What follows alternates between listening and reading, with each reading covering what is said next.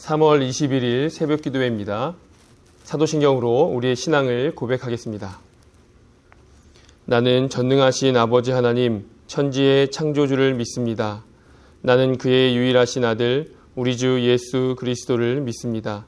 그는 성령으로 잉태되어 동정녀 마리아에게서 나시고 본디오 빌라도에게 고난을 받아 십자가에 못 박혀 죽으시고 장사된 지 사흘 만에 죽은 자 가운데서 다시 살아나셨으며 하늘에 오르시어 전능하신 아버지 하나님 우편에 앉아 계시다가 거기로부터 살아있는 자와 죽은 자를 심판하러 오십니다.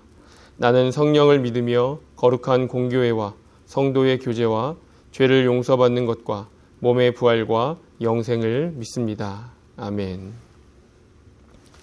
하나님의 말씀 창세기 27장 15절부터 29절까지의 말씀입니다.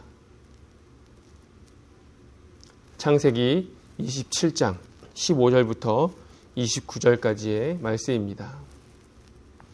리브가가 집안 자기에게 있는 그의 맏아들 에서의 좋은 의복을 가져다가 그의 작은 아들 야곱에게 입히고 또 염소 새끼의 가죽을 그의 손과 목에 매끈매끈한 곳에 입히고 자기가 만든 별미와 떡을 자기 아들 야곱의 손에 주니 야곱이 아버지에게 나아가서 내 아버지여 하고 부르니 이르되 내가 여기 있노라 내 아들아 내가 누구냐. 야곱이 아버지에게 대답하되 나는 아버지의 맏아들 에서로소이다. 아버지께서 내게 명하신 대로 내가 하였사오니 원하건대 일어나 앉아서 내가 사냥한 고기를 잡수시고 아버지 마음껏 내게 축복하소서. 이삭이 그의 아들에게 이르되 내 아들아 내가 어떻게 이같이 속히 잡았느냐. 그가 이르되 아버지의 하나님 여호와께서 나로 순조롭게 만나게 하셨음이니이다. 이삭이 야곱에게 이르되 내 아들아 가까이 오라. 내가 과연 내 아들 에서인지 아닌지 내가 너를 만져보려 하노라. 야곱이 그 아버지 이삭에게 가까이 가니 이삭이 만지며 이르되 음성은 야곱의 음성이나 손은 에서의 손이로다 하며 그의 손이 형 에서의 손과 같이 털이 있으므로 분별하지 못하고 축복하였더라. 이삭이 이르되 내가 참 내 아들 에서냐. 그가 대답하되 그러하니이다. 이삭이 이르되 내게로 가져오라. 내 아들이 사냥한 고기를 먹고 내 마음껏 내게 축복하리라. 야곱이 그에게로 가져가매 그가 먹고 또 포도주를 가져가매 그가 마시고 그의 아버지 이삭이 그에게 이르되 내 아들아 가까이 와서 내게 입맞추라. 그가 가까이 가서 그에게 입맞추니 아버지가 그의 옷에 향취를 맡고 그에게 축복하여 이르되 내 아들의 향취는 여호와께서 복주신 밭의 향취로다. 하나님은 하늘의 이슬과 땅의 기름짐이며 풍성한 곡식과 포도주를 내게 주시기를 원하노라. 만민이 너를 섬기고 열국이 내게 굴복하리니 내가 형제들의 주가 되고 내 어머니의 아들들이 내게 굴복하며 너를 저주하는 자는 저주를 받고 너를 축복하는 자는 복을 받기를 원하노라. 오늘 말씀은 야곱이 아버지 이삭에게로 들어가서 아버지를 속이는 장면입니다. 이삭은 에서에게 나가서 사냥을 해서 별미를 만들어다가 달라고 말을 하죠. 이것이 이삭이 좋아하는 음식이었고 그 음식을 먹은 후에 에서에게 유언성 축복을 하려고 했습니다. 그 소식을 들은 리브가가 야곱을 불러다가 계획을 세우고 이삭을 속이게 된 것이죠.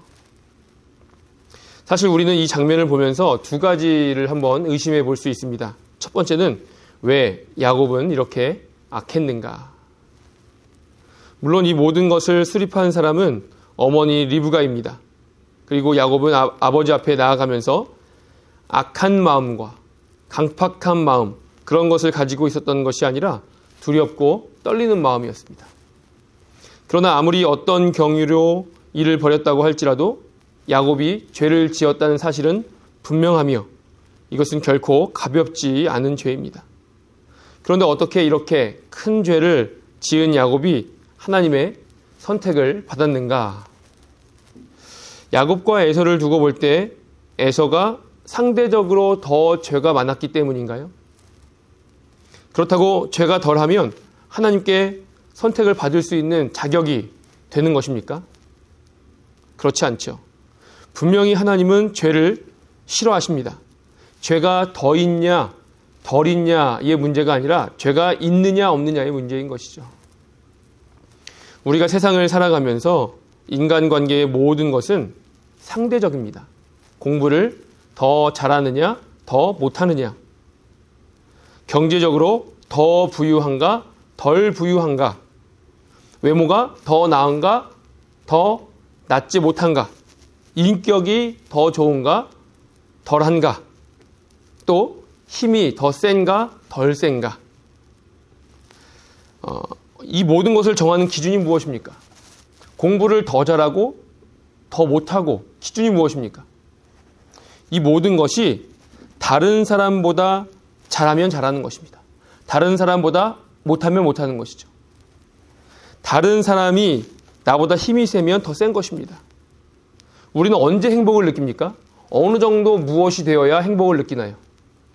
다른 사람보다 더 나은 상황일 때 행복을 느끼게 되는 것입니다. 다른 사람보다 내 상황이 더 나을 때. 사람 사는 것이 그렇다는 것이죠. 다른 사람보다, 남보다 상대적인 것입니다. 그러나 하나님 앞에서는 어떨까요? 하나님 앞에서는 상대적 평가를 할 수가 없습니다. 내가 저 사람보다 헌금을 더 많이 했으니까 헌금을 많이 한다. 내가 저 사람보다 믿음이 좋아 보이니까 믿음이 좋다. 내가 저 사람보다 봉사를 많이 하니까 헌신을 많이 한다. 내가 저 사람보다 더. 이 더라는 것이 하나님 앞에서는 필요가 없다는 것이죠. 하나님 앞에서는 이런 것이 중요한 것이 아닙니다. 하나님 보시기에 어떤가? 내가 다른 사람보다 더가 아니라 하나님 보시기에는 어떤가가 중요합니다. 하나님은 절대적인 기준으로 보십니다. 그렇기 때문에 야곱이 에서보다 믿음이 더 좋았다든지, 에서가 죄가 더 많았기 때문에 야곱이 선택을 받았다든지, 이런 식의 말은 옳지 않습니다. 두 번째 의심은 바로 이것입니다. 에서는 왜 버림받았는가? 여기서 중요한 것은 에서가 버림을 받았다는 것입니다. 물론 에서가 하나님의 범주 안에서 구원을 받지 못할 그런 사람이라고, 그런 버림을 받았다고 단정 지으려고 하는 것은 아닙니다. 그렇게 단정 지을 수도 없습니다. 그러나 우리가 일반적으로 이야기하는 어떤 족장의 계보, 아브라함과 이삭과 야곱이라는 이 반열에 들지 못한 이유가 무엇인가 한번 살펴보려는 것입니다. 창세기 26장 34절에 보면 이렇게 말씀하고 있습니다. 에서가 40세에 헷 족속 부에리의 딸 유딧과 헷 족속 엘론의 마스밧을 아내로 맞이하였더니. 에서가 어느 족속 사람과 결혼을 했습니까? 헷 족속과 결혼을 했습니다. 에서가 태어났을 때 아브라함이 있었을까요? 아브라함이 100세에 이삭을 낳았죠. 그리고 아브라함이 140세에 이삭이 40세 결혼을 했습니다.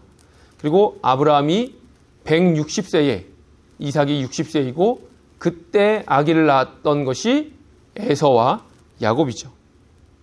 그리고 아브라함이 175세에 죽었기 때문에 야곱과 에서는 할아버지 아브라함과 15살 때까지 함께 살았을 것입니다. 그러면 그동안 이 15년 동안 얼마나 신앙교육을 받았을까요? 얼마나 하나님에 대해서 배우고 하나님의 가치관에 대해서 귀에 딱지가 않도록 들었을까요?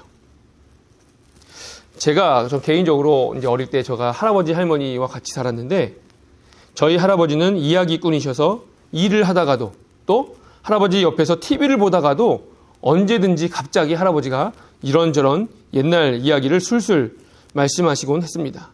그 중에서 가장 많이 하시던 이야기가 바로 옛날 이야기, 일제시대 때 있었던 이야기, 전쟁 때 있었던 이야기, 주변 사람들과 있었던 우리 동네의 이야기, 여러 가지 이야기들을 해주셨습니다. 지금은 그런 일들이 잘 기억나지 않지만 예전에는 수도 없이 듣고 또 듣고 반복해서 또 들었던 이야기들입니다. 그러다가 어떻게 해서 할아버지가 교회를 다니시게 되었는지 이런 이야기를 듣게 되었습니다. 저희 집은 이제 할머니가 일찍부터 교회를 나가셔서 신앙생활을 하셨는데 할아버지는 교회에 발을 담그고 계셨긴 했지만 그렇게 신앙이 있는 분은 아니었습니다. 그러다가 어떻게 해서 신앙을 갖게 되었는가 이런 이야기들을 종종 저에게 해주셨습니다. 하물며 아브라함 시대에는 어땠을까요? 손자들을 불러놓고 아브라함이 할 수 있는 이야기가 무엇일까요?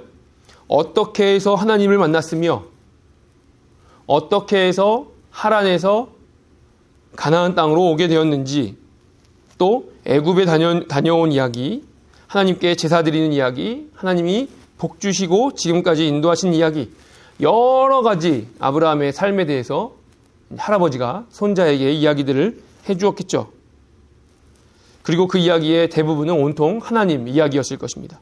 그러나 그 모든 이야기 중에 빠질 수 없는 것이 하나 있는데 그것은 바로 당신의 아들, 아빠죠.